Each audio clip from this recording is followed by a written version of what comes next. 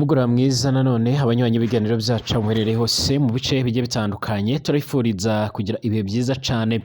Turi mu mugoroba kuri uyu wa gatatu kw'igenekerezo rya kane ukwezi kw'icenda umwaka wa 2024 turabahaye ikaze mwese abanywanyi b'ibiganiro byacu aho tugiye kurebera hamwe rero izo nizo ry'amakuru akomeye cane.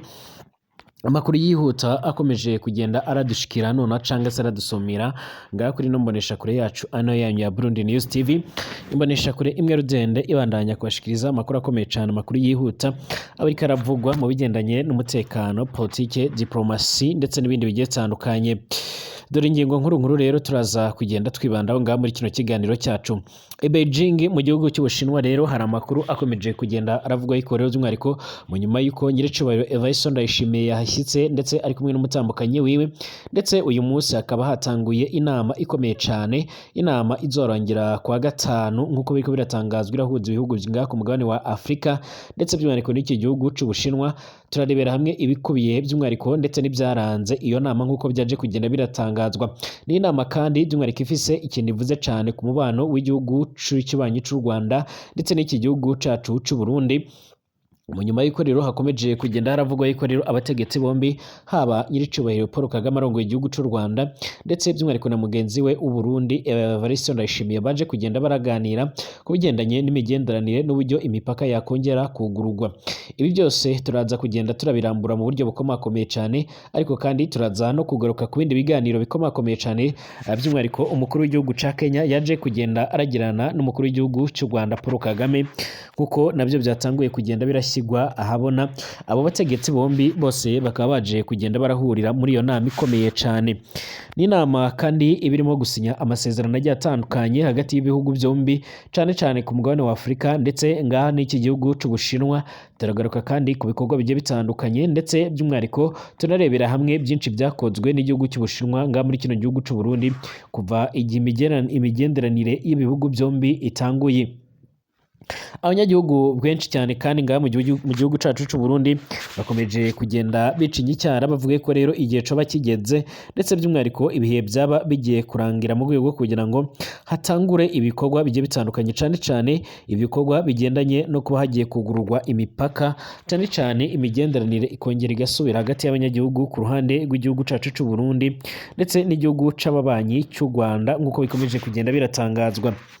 Turaza kandi kurebera hamwe byinshi bikomeje kugenda biragaragara ku ngwano zimaze imisi zirabera kuri Repubulika Iharanira Intwaro Rusange ya Kongo i Kinshasa, mu nyuma y'uko rero kuri gereza ya Makara hakorewe by'umwihariko icyo twakwita nk'iyicarubozo cyangwa se abanyororo benshi bakaza kugenda barahapfira bakarasigwa. Hari amakuru avuga yuko gushika none abaminisitiri bashika kuri 2 batanguye gusabirwa kweguzwa nga muri kino gihugu nk'uko bikomeje kugenda biratangazwa. Hari amakuru kandi avugwa kuri bamwe mu bazarendo by'umwihariko baje kugenda bagaragara bapfuye nk'uko biriko biratangazwa, ariko kandi hakaba haje kugenda hiyongera cyangwa hakaba hakomeje kugenda haragaragara by'umwihariko n'andi makuru akomakomeye cane. Turagaruka ku byatangajwe n'umuryango w'ubumwe bw'Uburaya eho waje kugenda uragira byinshi utangaza cyangwa se waje kugenda uragira byinshi uvuga ku bigendanye n'ibibazo bikomeje kugenda biravugwa cane cane by'umwihariko n'intambara ziriko zirabera nga muri kino gihugu ca Repubulika Iharanira Intwaro Rusange ya Kongo. Muraza kunyemerera ngaruke ku nkuru ikomeje kugendera navugisha abatari bakeya by'umwihariko aho perezida w'igihugu c'Uburusiya Perezida Vladimir Putin yamaze kugenda ashimangira ko igihugu ciwe cy'Uburusiya kigiye gutangura kuzana intwaro zikomakomeye ndetse n'indege z'intambara mw'imurikagurisha ry'ibikoresho by'ingwano ngaha ku mugabane wa Afrika.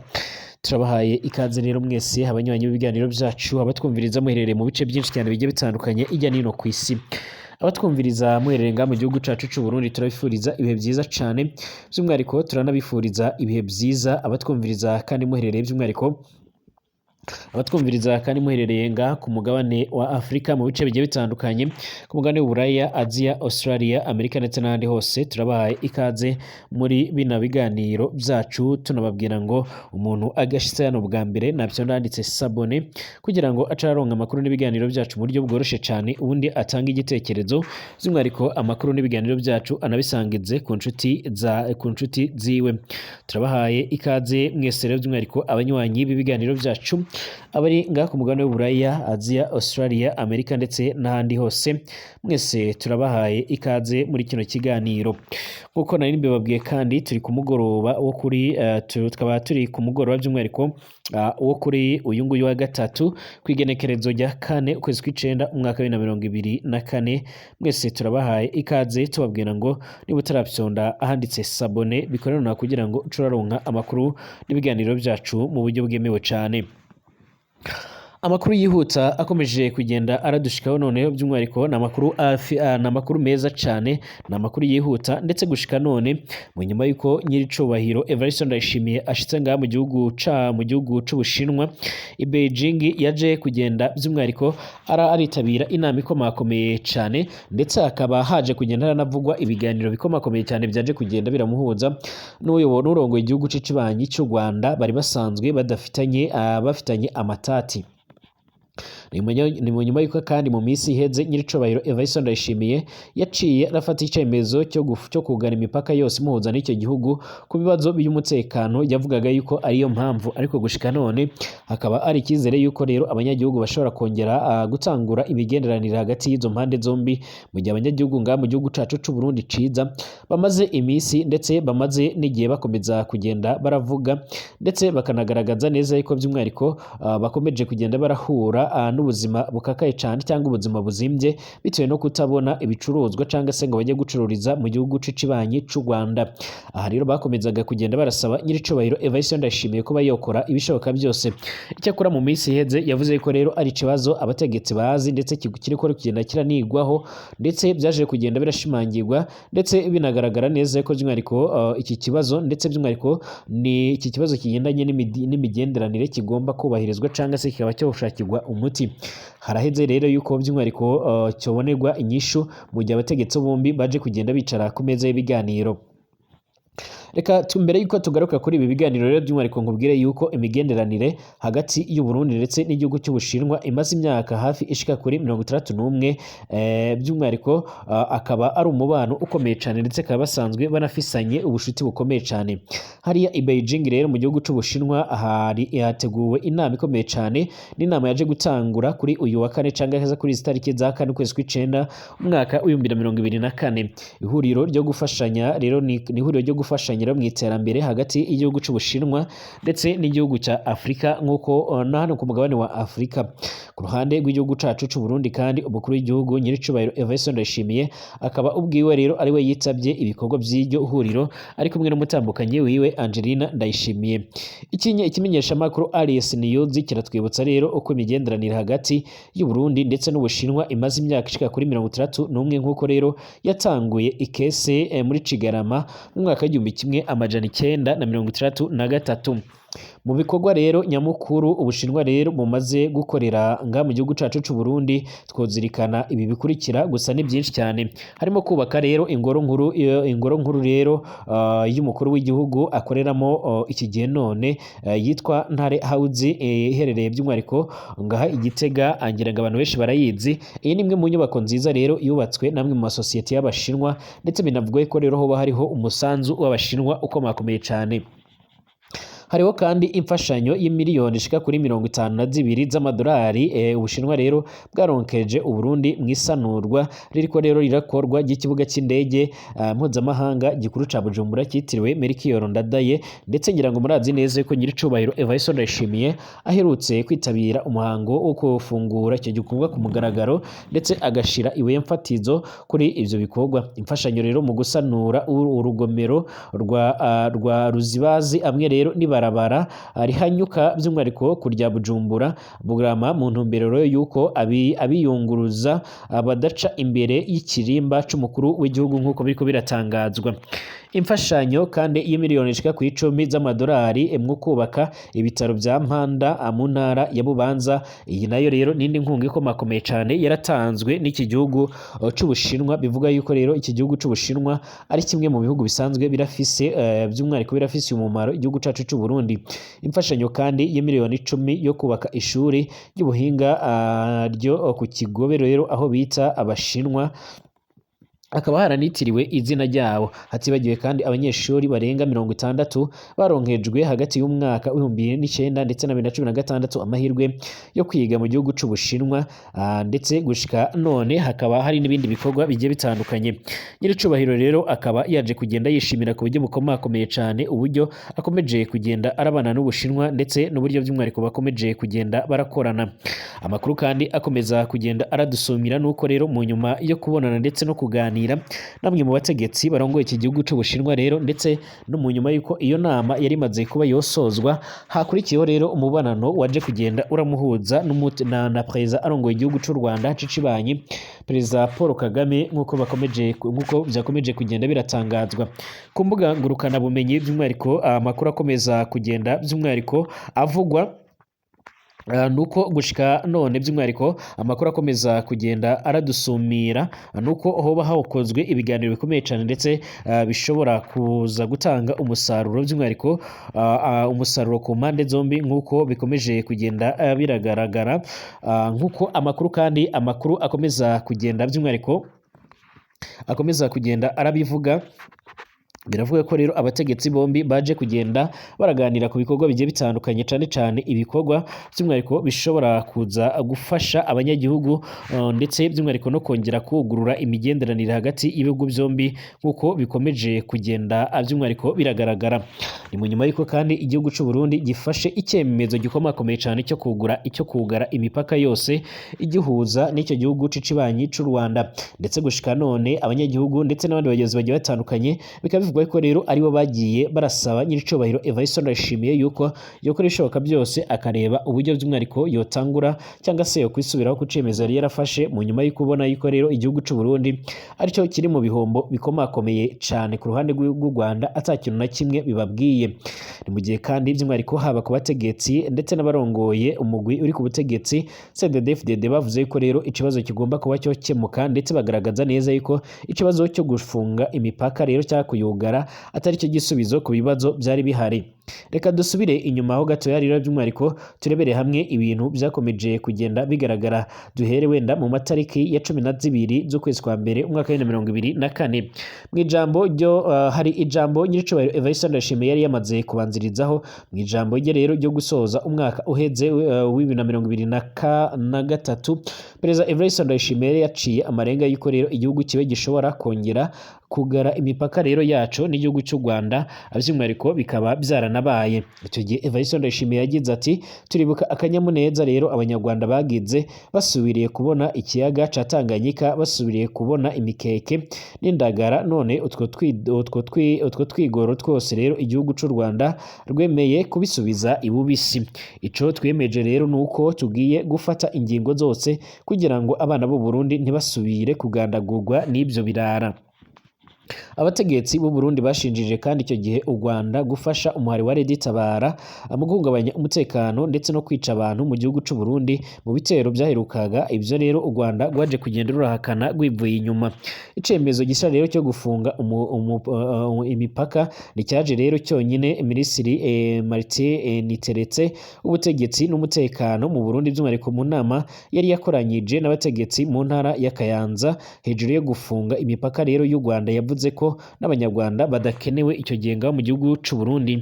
Yagize ati nabi wabo by'umwihariko ntabwo dukeneye n'abari ingaha by'umwihariko ku gataka twabirukanye bose.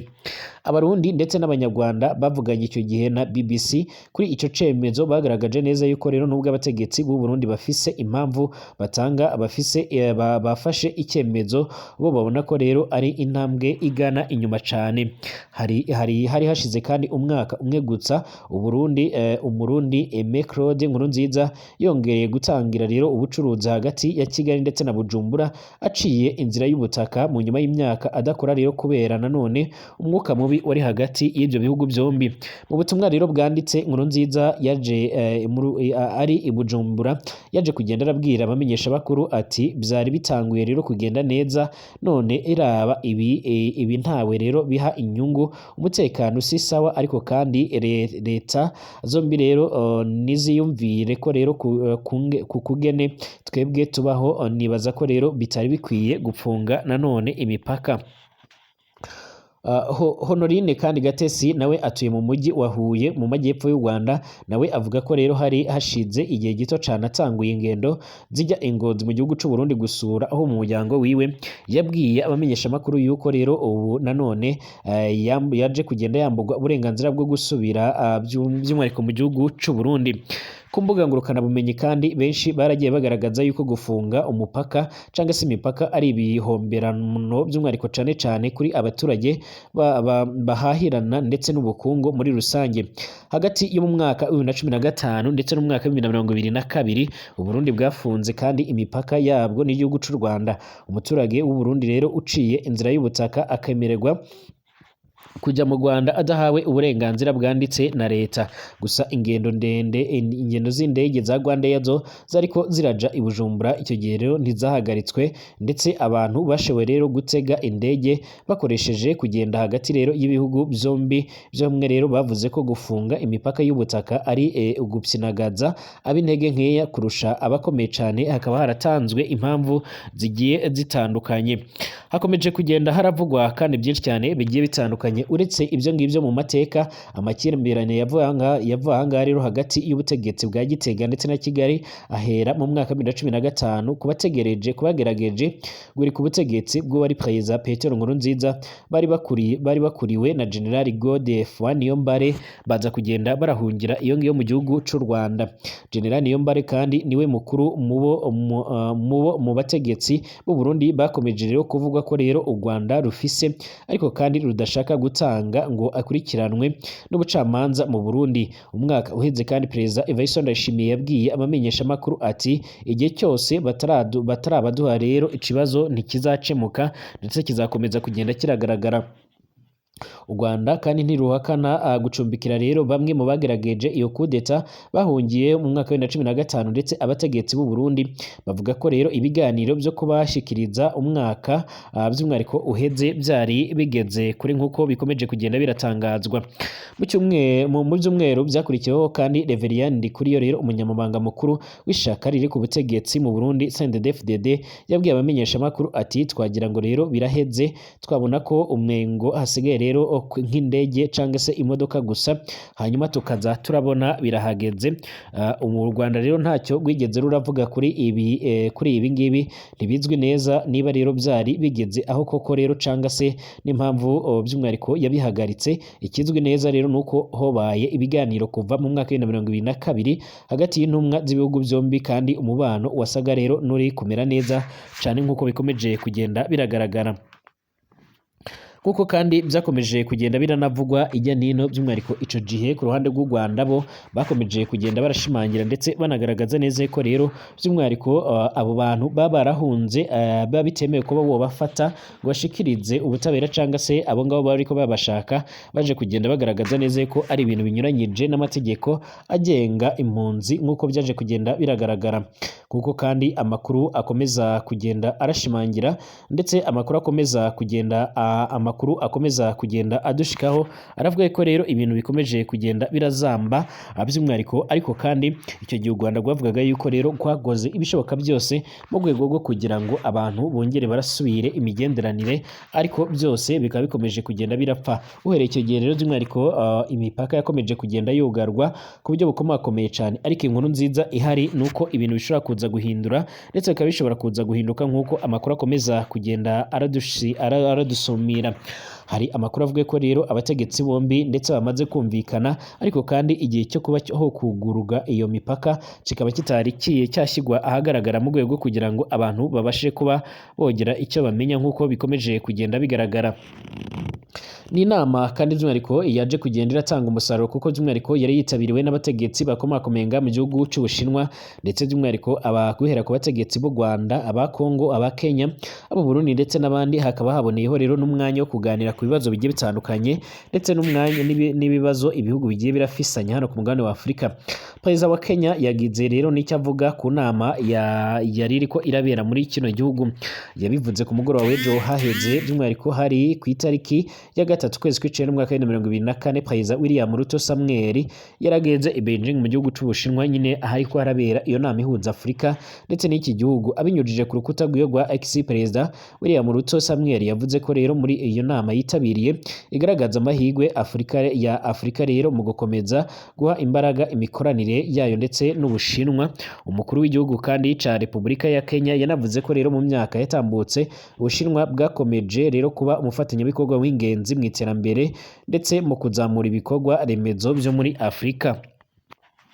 Yakomeje anavuga ko rero biteguye kuzakomeza rero by'umwihariko guha imbaraga iyo gahunda rero y'iterambere bahabwa mu Bushinwa. Biteganyijwe ko rero iyi nama itangira none yagomba gutangira none by'umwihariko impande zombi ziza kuganira ku bikorwa bigiye bitandukanye ndetse n'ibikorwa bishobora kuzofasha abanyagihugu mu iterambere nk'uko bikomeje kugenda biratangazwa. Twerekeze muri Repubulika Iharanira Intwaro Rusange ya Kongo nk'uko hakomeje kugenda haravugwa amakuru menshi cyane. Mu gitondo cyo kuri uyu wa gatatu kw'igenekerezo rya kane ukwezi kw'icenda n'umwaka wa 2024 mu gace rero kamwe ko muri teritwari ya Masisi hatoraguwe ibiziga bishika kuri 2 by'abawazarendo bikekwa ko rero bishwe mu migwano yo mwijoro ryo kwa mbere rishira rero kwa kabiri ubwo wazarendo basubiranagamwo rero nk'uko amakuru ava muri ivyo bice akomeza kugenda arabivuga. Ni mu gihe by'umwihariko ahitwa Ikaniro niho rero hotoraguwe ibyo biziga by'abawazarendo hakaba rero haherereye muri grupuma ya Buyoba muri teritwari ya Masisi muri Kivu y'Amajyaruguru. Aha muri kano gace kandi ka Kaniro ahagana mu masaha y'ijoro cyo kwa mbere w'icyumweru giheze rero habereye ingwano zikomeye cyane. Urugamba rwari rushamiranyije imitwe ibiri y'abawazarendo, umwe rero uyobowe na Generali Mutayomba n'undi urebwa na Generali Kigero nk'uko biriko biratangazwa. Uru rugamba rero rwo gusuranamwo kwa wazarendo rwaje kurangiza amazu y'abanyagihugu ashika kuri 46 by'umwihariko yo muri ako gace by'umwihariko ka Kaniro aho yaje kugenda aratwika, aho rero General Kigero yari ayoboye rero bayahaye by'umwihariko inkongi y'umuriro arasha arakongoka cyane. Usibye amazu ashika kuri 46 yahiye, hari n'abanyagihugu rero bakomerekejwe muri iyo migwano. Muri icyo gitondo rero ho hakaba horotoraguwe uyu munsi hakaba hotoraguwe imirambo ishika kuri 2. Amakuru ava muri ako gace kandi aravuga ko iyo mirambo yasanzwe itobaguye cyane n'amasasu, bigakekwa ko rero yarasiwe muri iyo migwano cangwa yarasiwe rero mu nyuma yabwo.